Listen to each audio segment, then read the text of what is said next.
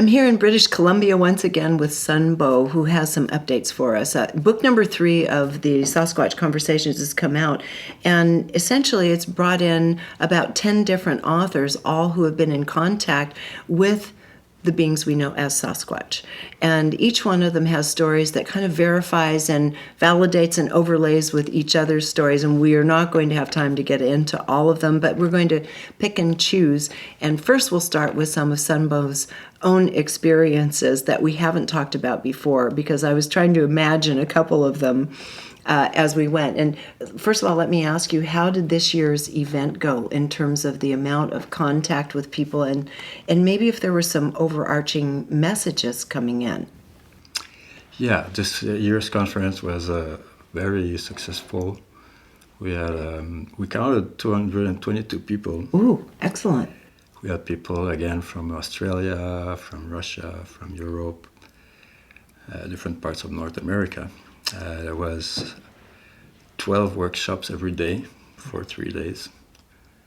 We had also a few native elders like Clifford Mahody, who was the co-founder of the Star Knowledge Conference, as well as Garrett Duncan, and who's a Navajo. And so there was some highlights. For me, we had 2 group encounters where a few of us met a few of the Sasquatch. Together. Yeah. So you could kind of validate each other's experience because you were having it together. Yeah, that's the most... That's exciting. Yeah, the most wonderful part of this journey, I think, is when we can share it. Talk about that a little bit, and what the nature of that group encounter or the group encounters were like, and also any kind of messaging that's coming through right now. Yeah, well, it's when we know the Sasquatch exists, that we have these relatives, that they are psychic and interdimensional, and so what's next is interspecies communication. Is how do we relate, how do we learn from each other, how do we communicate? And on a personal level, an individual journey, it's up to each one of us how much time, energy, and attention we put to this interspecies communication. When we share it with others, it's like you say, it validates, but on top of that is amplifies. Because so these 2 experiences happened the first night. It was the first time. It was about 7 or 8 of us, and I saw the eye shine and went around with a friend. And just like a couple minutes later, someone else saw the eye shine at the same place, and we had the shining eyes. Yeah. Yes. Yeah. Yeah. That the Sasquatch have sometimes. And so we had this close contact with them. And the other time was a couple of nights later on the Saturday, where it lasted 2-3 hours. Okay, so let's kind of sink into that a little bit.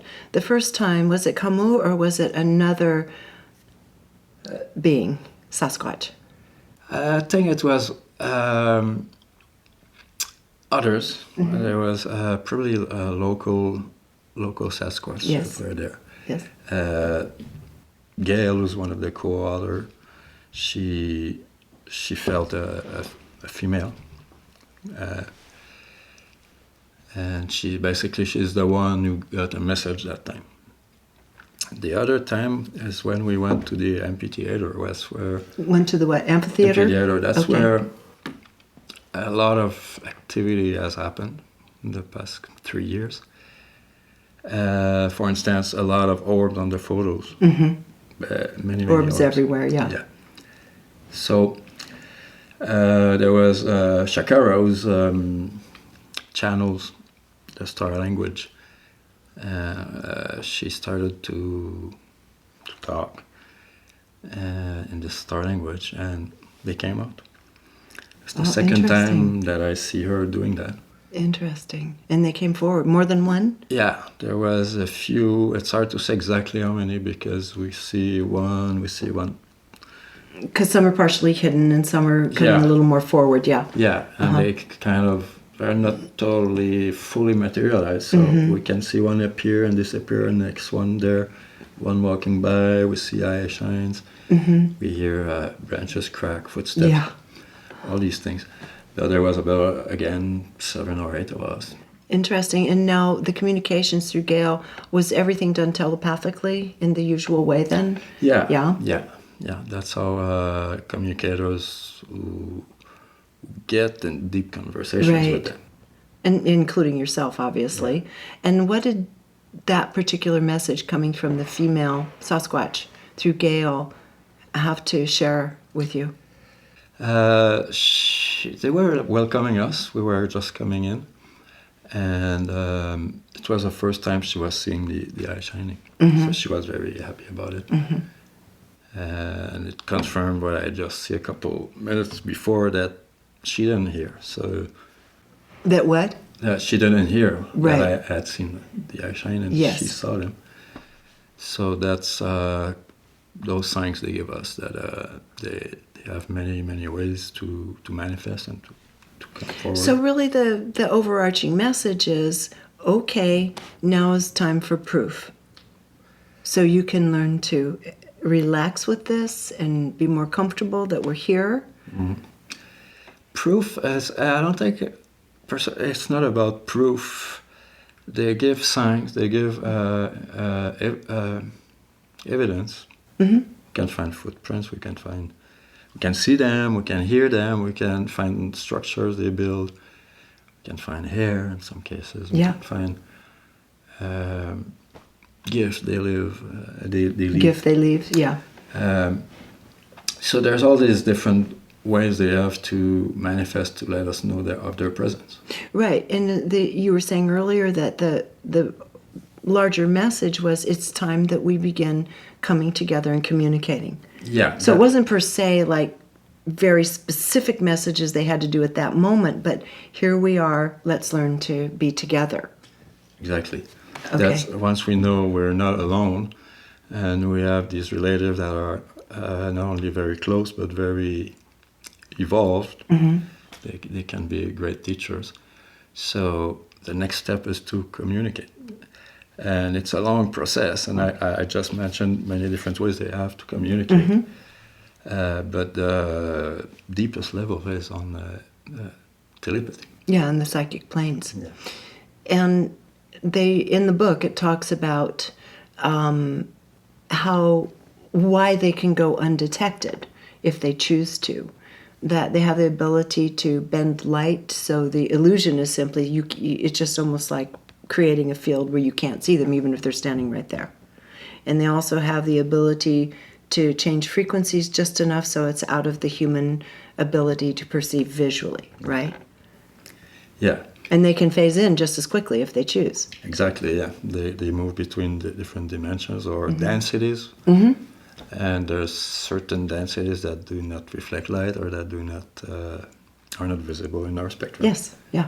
But they do exist. They are realities. They are not abstract concepts. Yeah, and then every now and then they show it full on, so you can see them. And hair samples and other things. People have done drawings of them after they've encountered them and seen them. And the drawings from diverse groups of people all over the world are all still kind of very similar. Yeah. They seem to validate each other. Yeah. There's also a good amount of photos and videos out there. Of course, it's hard to always know the authenticity because there's hoaxes. But once you know what a Sasquatch looks like, you can kind of feel if a photo or a video is real. You know, it's interesting. I think after we met last time, or maybe after we talked last time, it's kind of fuzzy now. I'm trying to remember. I think I watched a video on some girls who had seen Sasquatch, younger girls in Russia. And it was investigated, and it certainly seemed, for all intents and purposes, to be very real. But again, this really bugged me. By the time they wrapped up the documentary on it, they had totally denigrated the story. they had made it seem as though, oh, well, just another, another imaginary event in the mind of children kind of thing. But who knows? Typical about how Ancient Aliens and all these other programs end their programs, which is leaving you with a big, hole and question mark, like, why did you bring us up like that, just to get ratings, only to say, but yeah, at the end. That's really cheap. I don't appreciate that about the media, and they've done it a fair amount about Sasquatch. That's usually the general attitude in mainstream, even all the groups and the different researchers and programs about Sasquatch. What I'm seeing, though, it's pretty amazing, because the last year or two, we see more and more that even on the mainstream or very, I guess mainstream researchers and programs, they start to address, or at least question, the possibility of the psychic interdimensional Sasquatch. Mm-hmm. Because this information is coming out more and more from different sources. And with similar messages. Yeah. And it's really bringing the answers, because it's coming from them, from the source. So whatever humans can speculate or theorize or and try to bring our thinking and our agenda to them, that's not working. If we want to have interspecies communications, we have also to listen. Yes. We have to ask what they have to tell us, to learn their ways, not impose ours on them. Right. Well, I've been intrigued, and I said this in our last interview, or the one before that. I think this is the third time we've been together. Last time, the connection was horrible. Yeah. You were up in the valley, and it was snowing, and the video and the audio kept dropping out.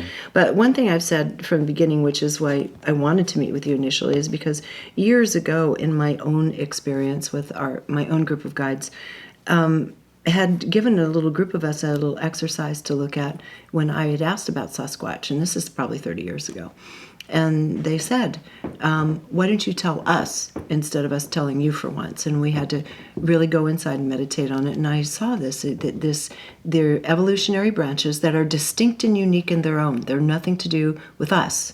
They're their own beings that are here and separate from us. And that made sense to me, and then the beings validated and said, yes, that's right.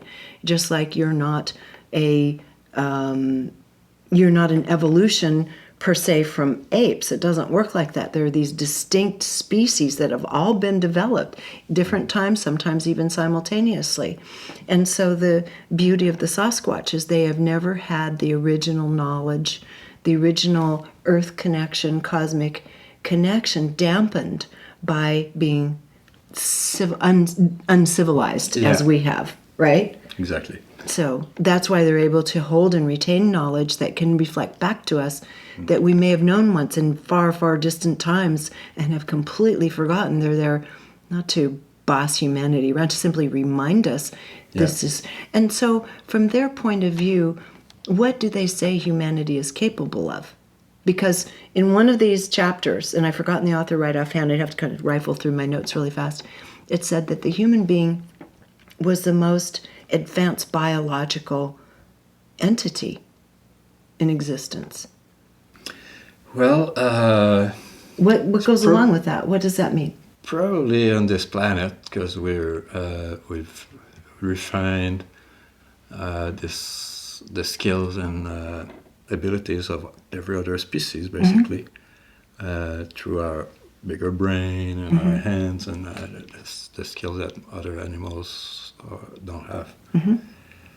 And at our highest level, what do they say we're capable of if we actually expand and grow into who we are?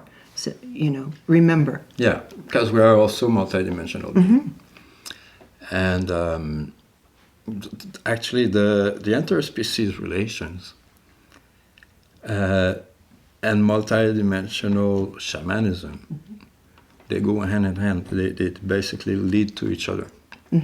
Because in shamanism, the all around the the world in ancient cultures. It's the most ancient form of spirituality with all the different variations.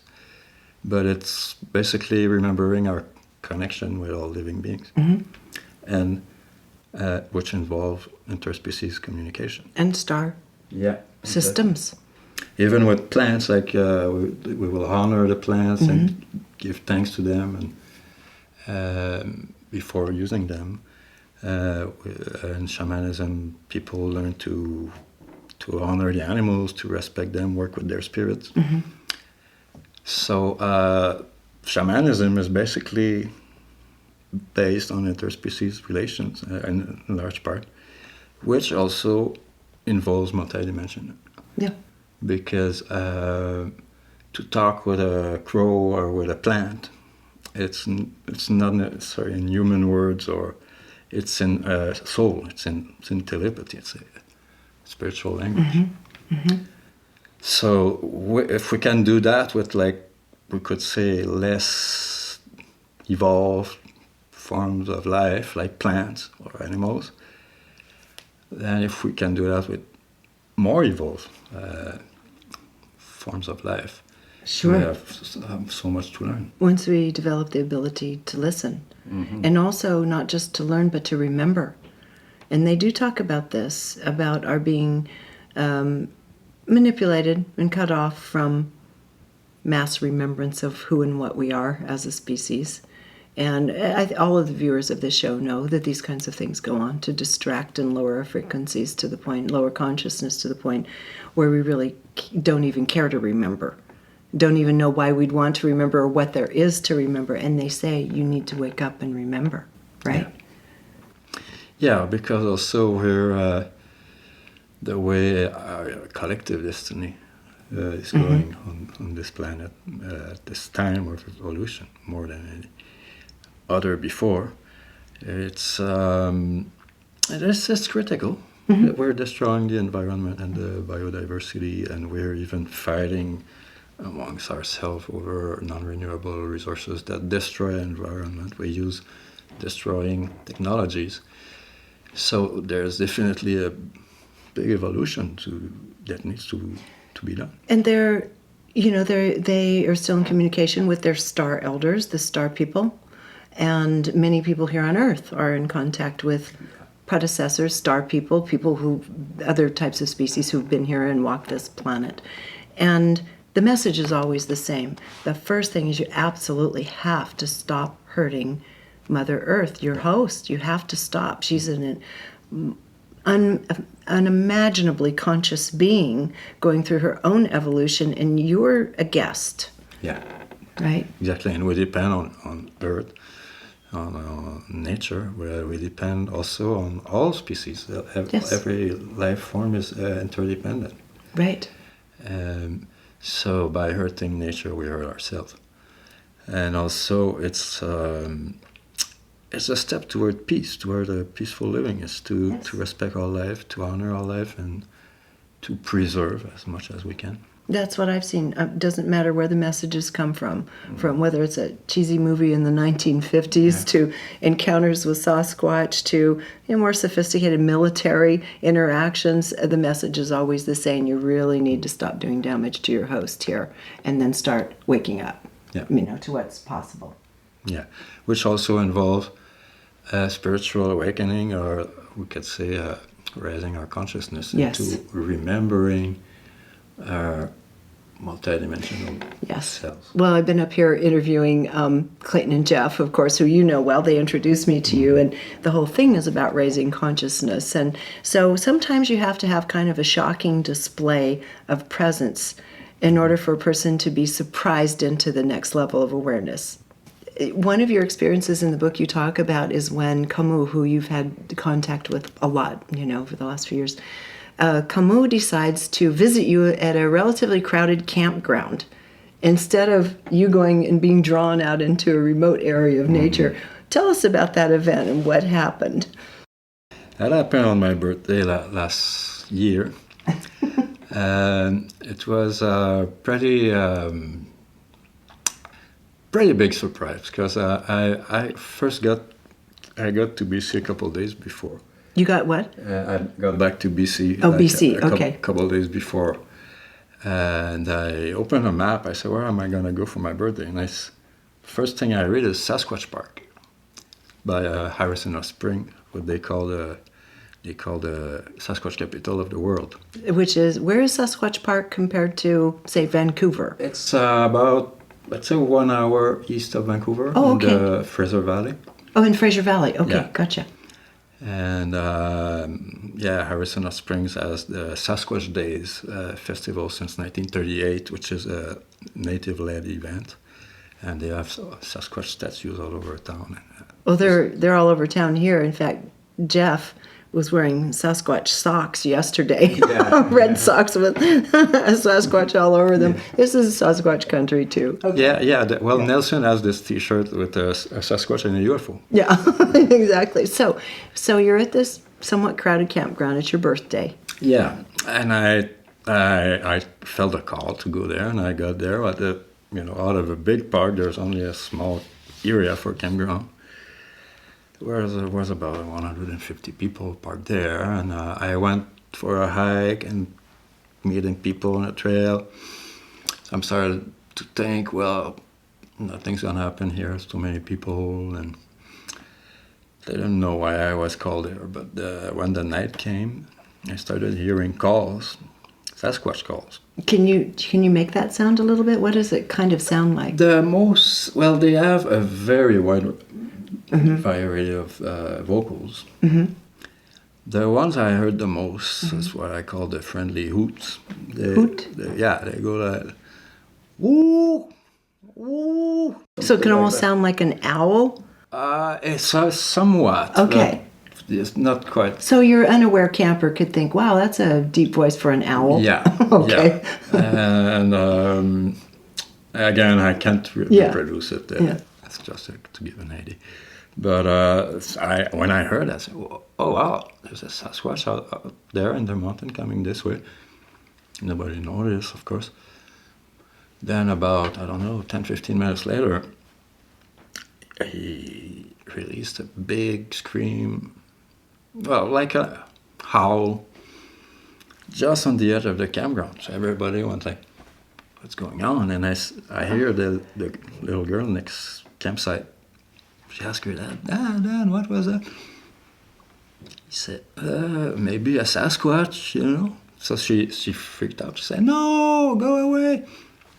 So the Sasquatch answered with a long, like a minute-long, loud complaint. A loud, you mean howl? It felt like a very It lasted a long emotional- time, very emotional. After she Yeah. said, no, go away. Yeah. Right. There was, you could feel maybe... Like a cry, almost. Yeah, exactly. Yeah. Like sadness. And I got the messages like, you're in my woods and telling me Go I can't away. walk around. Yeah, yeah. So everybody, within a minute, everybody ran into their cars and campers, turned their lights off and went dead quiet. And it was about 9 at night. Yeah. And next thing, the Sasquatch walked across the campground, calling. And You could hear him? Yeah. Yeah. So I was all happy. I said, wow, they come down here in the crowd. Right, in the middle of everybody. Yeah. And next thing I knew, that was the local Sasquatch clan leader there. But then next thing I know, I heard footsteps right next to me, and Kamooh was there. Yeah. And he told me, you see, we can surprise you in ways you don't expect. Yeah. Yeah. And unfortunately, everybody else that wasn't aware of what to think at the time. Exactly. And then he had me reflect on the reaction of all those people. Yes. And that made me think that out of those 150 people, probably none of them will ever report, if ever talk about it even. What about around the campground the next morning? Did anyone talk about it? I was gonna go around and ask people. Mm-hmm. But by 9, everybody was gone. Oh, really? I Wow. really didn't Oh, want you to- just split. So So much for research, yeah. Yeah, right.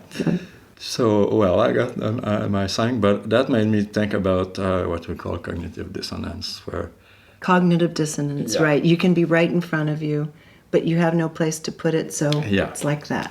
so when people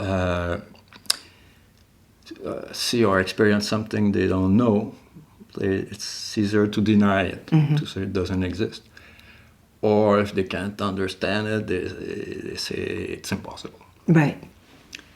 So that's what I believe most people, at least that day there, did. That there's probably a very small handful who will ever talk about it. Right.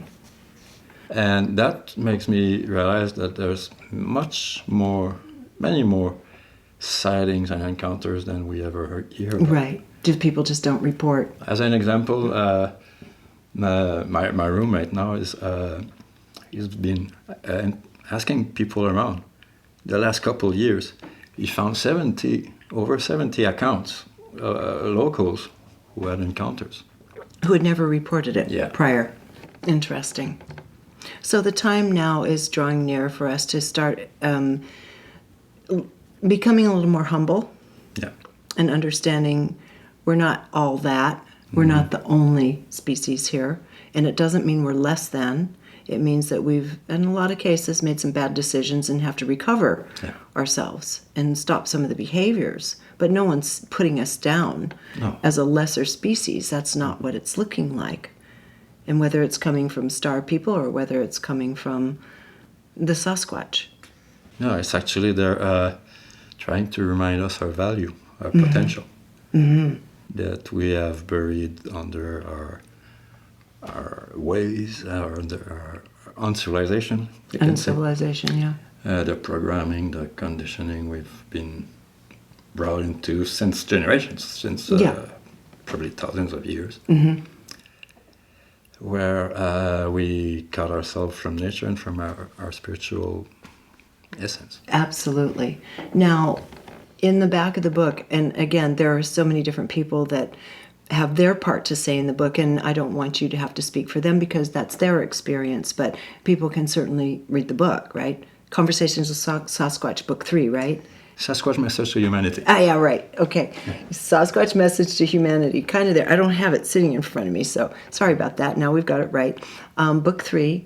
And I'm only asking you to explain the things you've directly been told and experienced. So just as they will when their time comes, right? Yeah. So one of them was, toward the back of the book, you were put in touch with kind of a grouchy... I don't know if it was a relative of Kamooh of some kind, and the White Hermit. Yeah. And he had a rather brusque way of communicating. Apologize in advance that you might not like what he has to say. And he, what did he call you, little man? He kind of puts you down, calling you little man here and there, you know, putting you in your place because he likes to spar and jostle. But he had some things to say that were really important, and I would love it if you would share with us what this more brusque style of communication this White Hermit had to say. First, this white Sasquatch has been observed for a long time around here. The local native, the Sinaics, they know about him. I've heard of different sightings. I heard a first-hand account last year of someone who saw him. Is he white? Yeah. Literally white? Yeah, white hair. White hair, right? Yeah.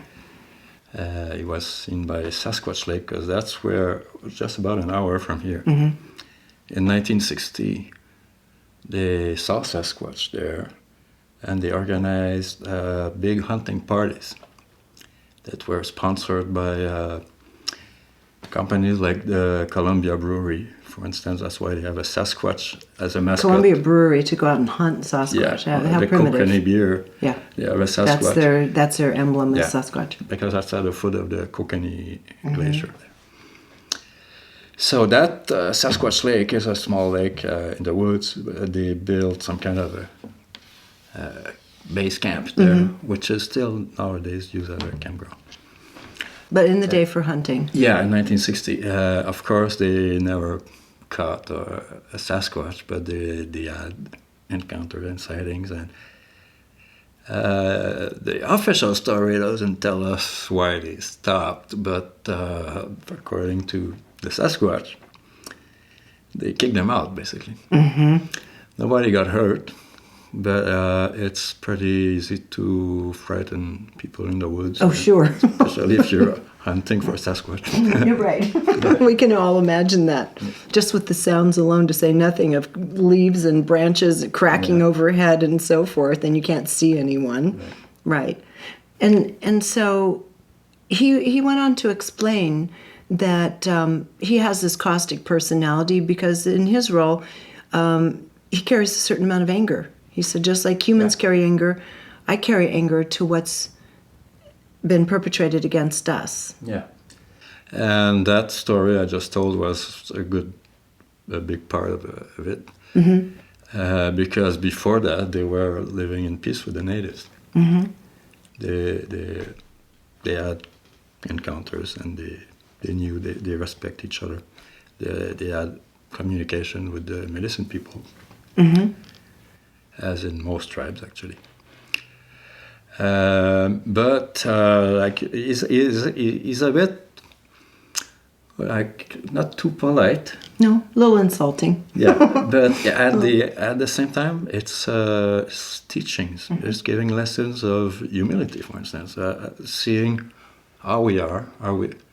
We think sometimes ourselves to be so wonderful, advanced. and like we were on top of everything, and we're not. We're just part of the whole wheel, and so the lessons. I think sometimes it took me as a scapegoat a little bit. Yeah, that he's talking to all of us. You can take it. Yeah. And it was interesting because what he and Kamooh both have told you about is that, and they talk about these things, and I think it's important to talk about, that there are what they term kind of lower lords of this planet that are seeing to it that humanity can't wake up at the proper rate. And they're actually even using technologies, whether it be, HARP, whether it be chemtrails, weather modifications, destabilizing the Earth to create tragic geological events, tsunamis, and so forth. And I have to say, my beings have said the same thing, and said the day after the big tsunami in 2005, this was a man-made event. And same thing after Katrina, there was human interference. And so I'm familiar with these concepts, and while not comfortable with them, understand we've been doing some pretty dastardly things on this planet, and oftentimes to very disadvantaged regions of the world. Right? Yeah, definitely. There's an ongoing covert war against life, basically, which include the ecocide, the genocides, and the climate war. What did they say the purpose is from their observational point of the climate wars? For instance, all those fires we've been seeing. Yes. It started about 4 years ago. We didn't used to have so many fires before. I think about around 2014, 2015, we started having all those fires everywhere, all summer, all over the west and the north. Horrible in California. Yeah, and now it's even worldwide. It's pretty. Yeah. The thing is, we find, if with a little study, that all those fires tend to be lined up, often along the proposed pipeline routes. Interesting, yes. And there's things... Meaning to ravage the land so that the indigenous people or whoever's living there, inhabiting the land, are forced to move away. Exactly. Opening it up for rights. Clear the way for the industry that are already destroying us. For instance, in the California fires. 2 years before, the forests of Northern California, they were killing all the oaks with Roundup, Monsanto Roundup. So the oaks all dried on their standing, and there's pines around. So that's the best way best fuel fire for a fire.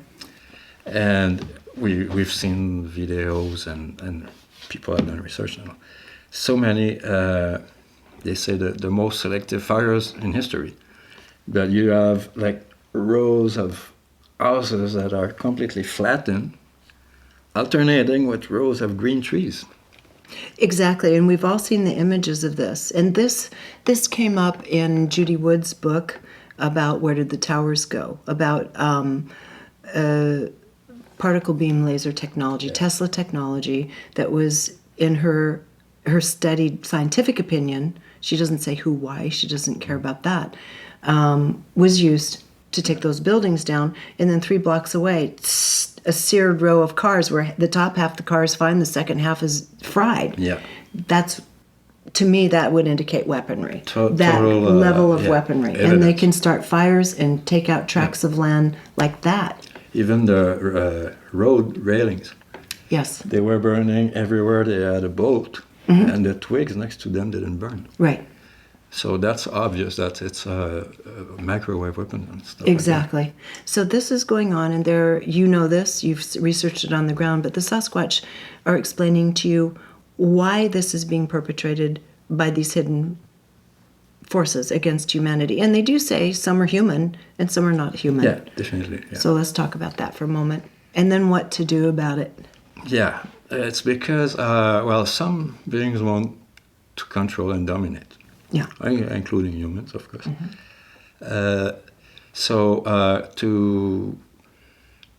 To control and dominate, they have to use force or bribery or fraud or covert means. So they've been doing a pretty good job at getting control over the planet, the institutions, the industrial ways. Soul-choking institutions of all kinds. Yeah. The economy, everything is under the control of a small elite, small group that are very, very often, related to secret societies. So that's like the structure to run the world for those who want to control it. And at the same time, we have to be very careful to understand there are, quote, secret societies that are actually also operating on the behalf of expansion and of awareness. They're not all covert, and they're not, all covert groups are not necessarily here to damage humanity and choke off life itself. Yeah, to honor that. Of course. Yeah. Because there's different schools, there's Exactly. different groups that have different intentions. Exactly. So we're just talking about the groups with that intention. And Yeah. and it goes even deeper than that. So just to kind of finish up the warnings on behalf of the White Hermit, okay, and Kamooh reinforces these as well. Let's finish that part up and then go into the solutions. Yeah, well, the critical situation is pretty obvious, and like you said earlier, we've been warned by many sources from many conscious beings. What to do next is we have to raise our consciousness to at least understand our interconnectedness with everything. So we cannot harm something without harming ourselves and without consequences. So that means we will have to reinvent all our societies, and like we have already all the technologies and the knowledge to have free energies, non-polluting, renewable, sustainable lifestyle. It's time to apply it now. It's time to really move out of the old paradigm that keeps us backwards into the oil age, the nuclear, and all those things that are detrimental. And another thing I remember they said through one of the other women, I believe, is that it's time that humanity has to stop pushing down, repressing, and running away from the trauma and pain in our own beings. It has to start coming up to be embraced, transformed, looked at, experienced, and say, this isn't, I don't have to hide this anymore, because it's keeping a lid on the development of our consciousness to carry this around, guilt and so forth. Yeah. Right? Yeah, we have to to think of the future generations, Yeah. as well as the past generations. We are healing our ancestors' karma. We carry in our genes all the memories of our ancestors, the trauma, the pain, and it's our mission, our duty to transform it, to heal it. Well, and in addition, we are our ancestors. Yeah.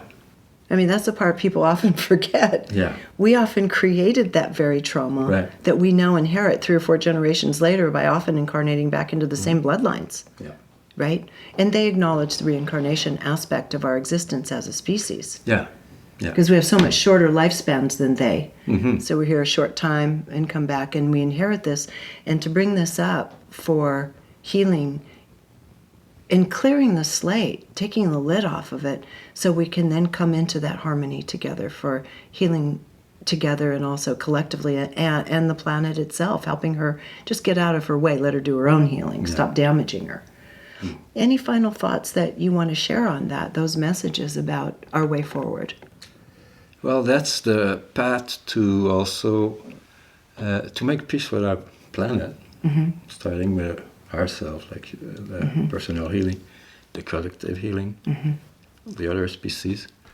It's the path for us to evolve into star beings, basically, because we are star beings, but we're still bound to this planet because we are not evolved enough yet to the point we can go and spread our civilizations around the cosmos. We have to refine our lifestyle, our energies, our purpose, our intention to beneficial. Yes.